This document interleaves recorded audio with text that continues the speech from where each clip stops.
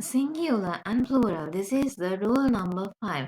ඒකවචන සහ බහුවචන convert කරද්දී අපි rules follow කරනවා. Today we are going to learn about the rule number 5. Let's check what are the rules we have learned up to this video. Rules for forming plural nouns. Number 1. Adding s to the singular form. Singular noun එකේ අගට අපි s අකුර එකතු කරගන්නවා. ඊට පස්සේ ඒ වචනය plural noun එකක් විදිහට අපිට ගන්න පුළුවන්.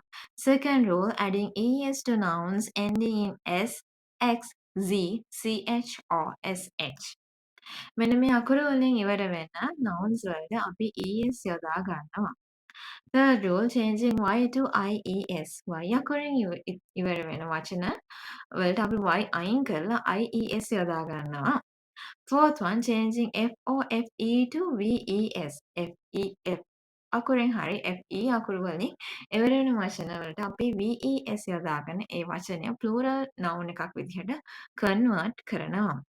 We have discussed all these in 4 videos. Then you can check the description box and you can go to the links and you can learn about those rules.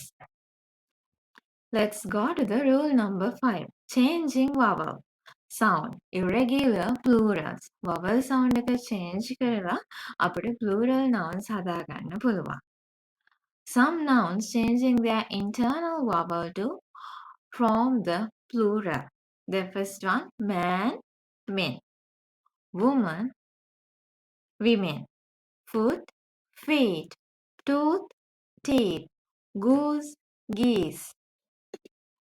Here you can see example sentences. How can we use these singular nouns and plural nouns to the sentences? Example 1. The woman is reading a book while other women are discussing their work.